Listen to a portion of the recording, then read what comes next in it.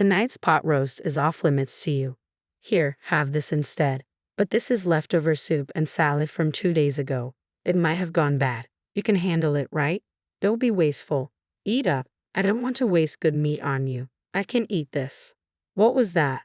Leftovers are perfect for you. Stop complaining and eat up. My mother-in-law always directs such nastiness towards me. She's so obnoxious, it just gets under my skin. My name is Mary, a 27-year-old woman juggling both work and home responsibilities. I got married only a year ago, so I don't have any kids yet. Right now, we're living with my husband's family in their house. I never wanted to live with my in-laws, but since my husband is the eldest son, we didn't have much choice.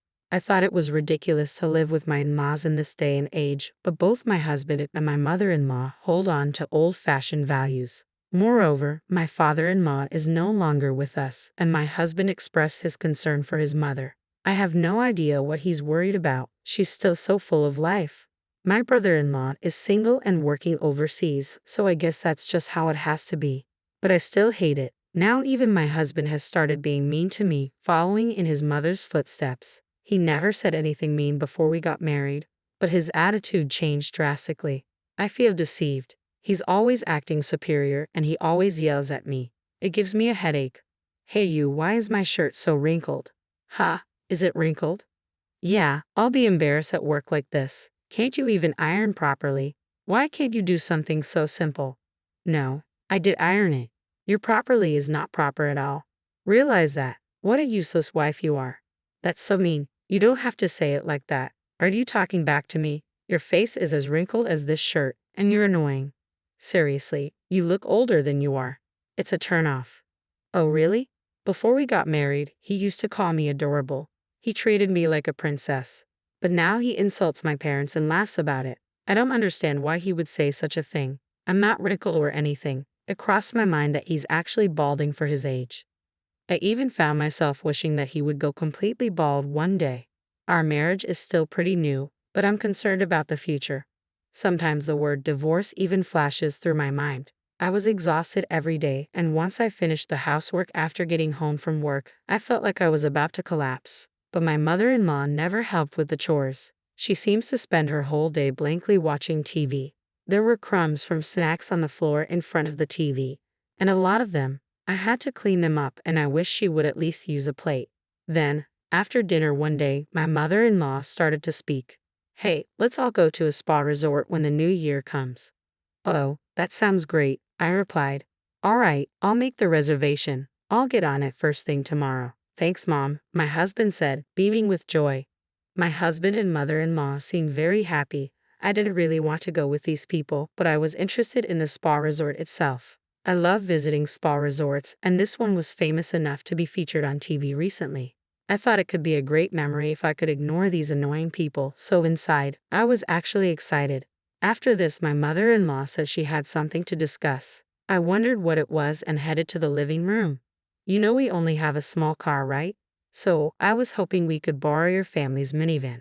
After all, we can load lots of luggage in it. All right, I guess my father has both a minivan and a small car. He usually commutes in the small car and uses the minivan for shopping trips or camping, which is his hobby.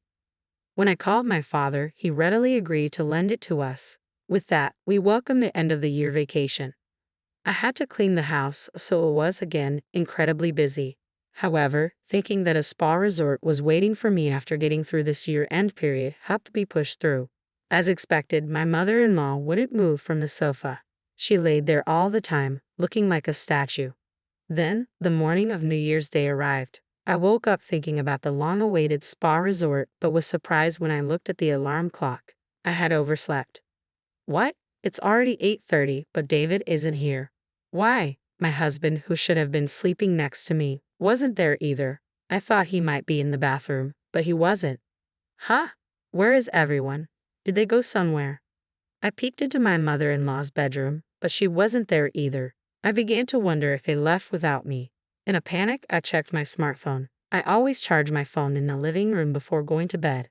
There was a text notification on my smartphone. It was from my mother-in-law. We're going to have fun. We never booked a place for you. You can spend a lonely New Year. It's okay if the bride doesn't come. So my mother-in-law never intended to take me with them from the start. and she planned to enjoy it with my husband. I was really sad at the same time. I was also very angry. It's terrible to deliberately stop my alarm clock to make me oversleep.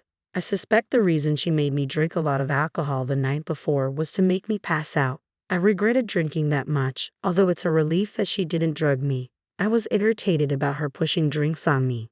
Well, there's nothing I can do even if I get angry, so I decided I had to enjoy myself alone at home. I really wanted to go home to my parents, but they're also away on a trip by plane, so it's pointless to go back.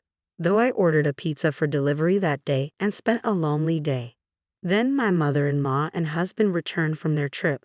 They had brought smiles on their faces. It was so fun. It was the best. I want to stay there again, of course, without you, Mary. Here, this is the souvenir. What is this? It's a stone I found lying around. It suits you perfectly. Oh, is that so? I couldn't help but think that my mother-in-law was extremely spiteful. Frustrated, I went to return the minivan to my parents' house. I thought they would be home by now. When I arrived at my parents' house, my father came to greet me. Did you enjoy the spa resort? That famous spa should have been quite satisfying. I didn't go because I'm the bride. Well, I was told by my mother-in-law that it's fine if the bride doesn't come. I was left behind when I woke up in the morning. No one was there. What? After that, my father started to do something. Then he had me sit in the passenger seat of the minivan and started driving. The car was headed back to my in-laws' house. When I glanced at my father's face as he drove, he seemed to be angry. Well, any father would get angry if their daughter was treated that way. But I was taken aback because I had never seen such a look on my usually calm father's face. Then my father stormed into my in-laws' house with something in his hand. My mother-in-law came out. Oh, hello, and Happy New Year. Sorry for borrowing your minivan. Happy New Year. Speaking of which, you left our daughter behind, didn't you? No, Mary said she had a fever and couldn't go, so we had to leave her behind reluctantly. I even offered to take care of her. My mother-in-law was lying through her teeth with a smirk on her face. She definitely never said anything like that, and I wasn't even sick with a cold. I wondered how she could tell such an obvious lie. I thought something must be wrong with her brain. Oh, really? But our daughter said she was left behind. She told us she received a message on text saying it's fine if the bride doesn't come. Did I say that? I don't remember. You did. Look at this text. I showed her the text messages. However, she still insisted she was innocent. I was surprised at how thick-skinned she was to still deny it even cornered this far. In a sense, it was admirable. You're still saying that, huh? You're truly a sad person. Oh, by the way, can I charge you for the cleaning of the car interior? What? Why? Because you dirtied it with a married man nonetheless? What a filthy and disgusting scene. What? What are you talking about? This right here. What my father had in his hand was a dash cam. This one has dual cameras, so it can record not only the outside but also the inside of the car. The advantage of being able to record the inside of the car is that it can provide evidence that you were driving safely. My mother-in-law doesn't know much about car supplies or cars in general, so there's a chance she didn't realize this was a dual camera. But what was she doing with a married man in the first place? I regretted watching the footage that my father played back. After all, there were images of my mother-in-law in an indecent posture with an unknown man. Even though my father-in-law is no longer in this world, it's insane to do such a thing with a married man. And what on earth was she doing in her family car? This was on the exact day you borrowed the car. Oh, how disgusting. Wait, this doesn't mean we were doing anything dirty. It's not something perverted. My mother-in-law was in a panic, fumbling and stammering on the spot. Tears welled up in her eyes. She was on the brink of crying. I found myself curious and somewhat amused about when she would finally break down. Maybe I'm being cruel, but after all the time she tormented me, she deserves this much. I couldn't be sympathetic or kind to someone like her. Then she began making pathetic excuses. Her reasoning was all over the place. It was clear she was flustered, yet she was desperate to defend herself. Suddenly, my father pulled another item from his pocket. It was a photograph. The picture showed my mother-in-law and the man from the video engaged in assorted acts in broad daylight. It was unthinkable. The background of the picture suggested it took place somewhere secluded, but the audacity to do this in the daytime was still shocking. You wouldn't have seen these if you hadn't been mean to my dear Mary. Why do you have that picture? Because I'm a detective, remember? Oh, do you recall now? Look, I've been telling you this all along, haven't I? My father is a detective, which explains why he had such a photograph. Coincidentally, the wife of the married man in the picture had hired him for an infidelity investigation. It turns out the wife of this man hired me to investigate her husband's affair. I was surprised to discover you were the other woman. I was going to inform her next week, but I didn't expect to show you this so soon. Ha! No, I'm innocent. I was just forced into an unpleasant situation. I am not at fault. Please don't tell his wife. Ah, it was against your will, was it? You seem to be enjoying yourself. We also have video footage of you whispering sweet words to the man. Do you want to see it? I'm sorry. My mother-in-law collapsed to her knees and burst into tears. I watched her in a pitiful state with a cold glare. Sensing that unusual situation, my husband arrived. I had run out of patience with him too, and I proposed a divorce. I've had enough. I want to end this. Let's get divorced. What? I'll go crazy if I stay in this horrible family any longer, so I'm leaving. Hold on. What will happen to our living expenses if you leave? I was fired a while ago. My husband dropped a bombshell. Apparently, he had been fired at the end of the year. I was taken aback.